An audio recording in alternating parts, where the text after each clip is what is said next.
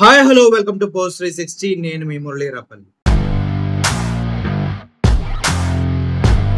పోసాని కృష్ణమురళి గారి గురించి మనం మాట్లాడుకోక తప్పదు. ఎందుకంటే 65 ఏళ్ల వయసు కలిగిన వ్యక్తిని ఎప్పుడో ఎవడో 15 సంవత్సరాల క్రితం మాట్లాడిన ఒక మాట పట్టుకుని కేసు వేస్తే ఒక్క 28 గంటల్లోనే వెళ్ళి అరెస్ట్ చేసినటువంటి పోలీసుల గొప్పతనాన్ని చెప్పుకోక తప్పదు. 65 ఏళ్ల వ్యక్తిని హైదరాబాద్ నుంచి విజయవాడ 324 కిలోమీటర్లు అరెస్ట్ చేసి తీసుకెళ్లారు. అక్కడ విజయవాడ టు ఓపులవారిపల్లి తీసుకెళ్లారు. ఇదంతా 24 hours లో జరిగింది. హైదరాబాద్ నుంచి విజయవాడ, విజయవాడ నుంచి ఓపులవారిపల్లి, అక్కడ ఇదొక 324 కిలోమీటర్లు, అది ఒక 336 కిలోమీటర్లు. అక్కడ నుంచి రాజంపేట నుంచి నర్సరాపేట నుంచి Guntur sub jail, Guntur sub jail నుంచి ఆదోని. ఇలా చూసుకుంటూ పోతే పోసాని కృష్ణమురళిని ఒక పిచ్చి కుక్కని వ్యాన్లో వేసుకుని తిప్పినట్టుగా రాష్ట్రం మొత్తం 1600 కిలోమీటర్లకు పైగా 3 రోజుల్లో తిప్పడం జరిగింది. 65 సంవత్సరాల వ్యక్తి, ముసలివాడు, ఆరోగ్యం బాగాలేదు, హార్ట్ సర్జరీ జరిగింది, ఇప్పుడు మెడికేషన్లో ఉన్నారు. అయినప్పటికీ అతన్ని ఆ 1600 కిలోమీటర్లు కేవలం 3 రోజుల్లో తిప్పగలిగినటువంటి పోలీసులకి హెడ్స్ ఆఫ్ పోలీస్ డిపార్ట్మెంట్. ఇంత సిన్సియర్గా అన్ని కేసుల్లో పనిచేస్తే అసలు రాష్ట్రంలో ఏమన్నా ఉంటుందా? ఒక్క కేసు అన్నా ఉంటుందా? ఉండదు కదా. మరి పోసాని కృష్ణమురళి గారి విషయంలోనే ఎందుకు ఇంత సిన్సియర్గా పనిచేస్తుంది పోలీసు వ్యవస్థ? అయితే పోసాని కృష్ణమురళి గారి పైన 17 కేసులు ఉన్నాయి, 17 ప్లేసుల్లో. ఒకే పాయింట్, మనోభావాలు దెబ్బతిన్నాయి. మనోభావాలు తీసి మడిచి బయటికి తీశారు. ఇప్పుడు మొన్నటి వరకు 2015 నుంచి ఇప్పటి వరకు వాళ్ళ మనోభావాలు ఎక్కడ పెట్టారు, మడుచుకొని ఎక్కడ పెట్టారు? ఇంతకాలం దెబ్బతిన్న మనోభావాలు ఇప్పుడు ఎందుకు దెబ్బతింటున్నాయి? అసలు మనోభావాలు అంటే ఎక్కడున్నాయి, ఎలా ఉన్నాయి? ఆ మనోభావాలు దెబ్బతిన్నవాడు ఈ 15 సంవత్సరాలు ఎవడి దగ్గర ఈ విషయం చెప్పలేదా? సో ఇంత దారుణంగా పోసాని కృష్ణమురళి పైన పగబట్టి అధికార పార్టీ చేస్తున్నటువంటి ఈ విధ్వంస కాండలో పోసాని కృష్ణమురళి గారు కూడా ఒక పావు అయిపోయారు. ఆయన వయసు రీత్యా కూడా కనీసం ఆలోచించని పోలీసులు అతన్ని ఎన్ని విధాల టార్చర్ పెట్టాలో అన్ని విధాల టార్చర్ పెట్టారు.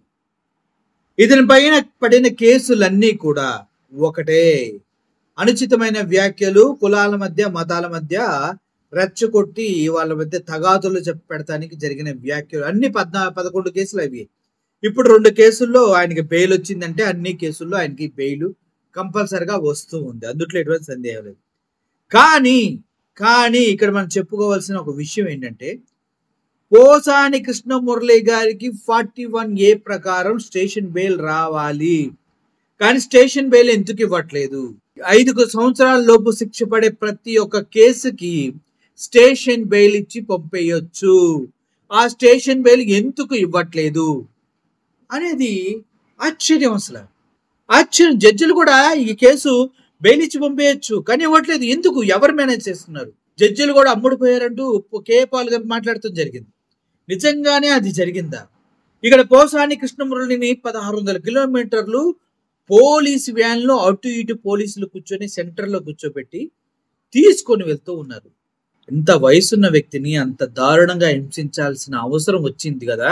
ఇప్పుడు పోసాని కృష్ణమురళి గారు బ్యాక్ అయితే, పోసాని కృష్ణమురళి గారు మళ్ళీ రాజకీయాల వైపు తొంగి చూస్తే, పోసాని కృష్ణమురళి గారు మళ్ళీ వైఎస్ఆర్సీపీ పార్టీతో జత కడితే పవన్ కళ్యాణ్, చంద్రబాబు నాయుడు అండ్ లోకేష్ ఆట షురు.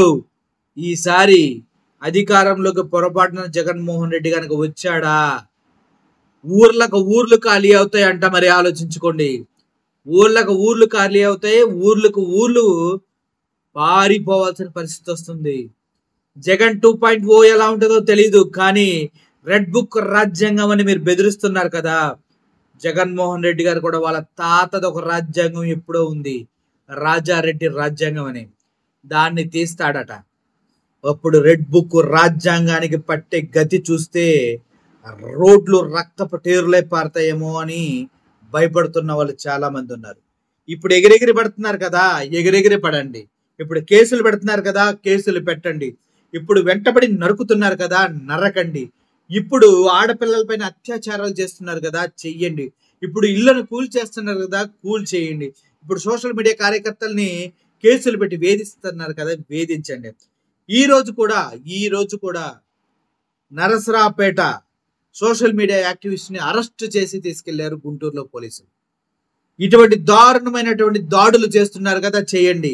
మీ రెడ్ బుక్ రాజ్యాంగాన్ని తలదన్నే రాజ్యాంగం, రాజారెడ్డి రాజ్యాంగం త్వరలో మీరు చూడబోతున్నారంటూ వైఎస్ఆర్సీపీ క్యాడర్ మొత్తం చెప్తుంది. అది ఎలా ఉంటుందన్న విషయం గురించి మీ ఊహకే వదిలేస్తూ ఉన్నా.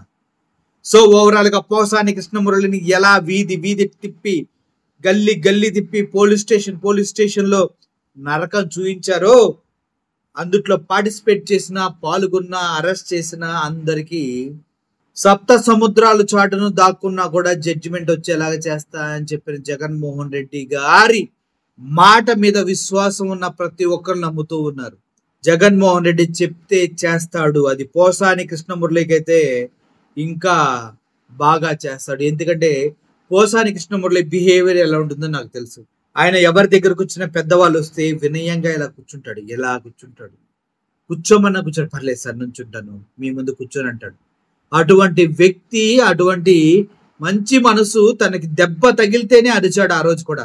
పవన్ కళ్యాణ్ కి సంబంధించినటువంటి జన సైనికులు వాళ్ళ భార్య గురించి అనుచితమైన పోస్టులు పెట్టారు కాబట్టి, భార్యని ఎవడనంటే దాన్ని ప్రతిఘటించాల్సిన బాధ్యత భర్తది. కాబట్టి ఆ రోజు పోసాని కృష్ణమురళి గారు తన భర్తగా తన స్థానాన్ని, తన భార్యను అన్న యదవల్ని తిడుతూ మాట్లాడాడు. దానికి నేను 100% సమర్థిస్తూ ఉన్నా. రాబోయే రోజుల్లో పోసాని గారికి నా పూర్తి మద్దతు ఉంటుంది. నా ఛానల్ నుంచి పోసాని గారికి ప్రతిరోజు ఒక వీడియో ఉంటుంది. సో కక్ష సాధింపు చర్యలో భాగంగా పోసాని గారిని 1600 కిలోమీటర్లు తిప్పారు. ఎక్కడి నుంచి? హైదరాబాద్ టు విజయవాడ 324 కిలోమీటర్లు, విజయవాడ టు అన్నమయ్య డిస్టిక్ ఉబులవారిపల్లి 436 కిలోమీటర్లు, అక్కడి నుంచి రాజంపేట, నర్సరావుపేట 346 కిలోమీటర్లు, నర్సరావుపేట టు గుంటూరు సబ్ జైలుకి 45 కిలోమీటర్లు, Guntur sub jail to Adoni, ఎక్కడో కర్నూలు జిల్లాలో ఉన్న ఆదోనికి గుంటూరు నుంచి మళ్ళీ అదొక 455 కిలోమీటర్లు. ఇలా తిప్పుతూ ఒక మధ్య తరగతి ఆలోచనలు కలిగి, కుటుంబం కోసం రాజకీయాలు వదిలేసి ప్రశాంతంగా బతకాలన్న వ్యక్తిని దారుణంగా హింసించడం జరిగింది. దీనిపైన నేనైతే తీవ్ర స్థాయిలో ఖండిస్తూ ఉన్నా.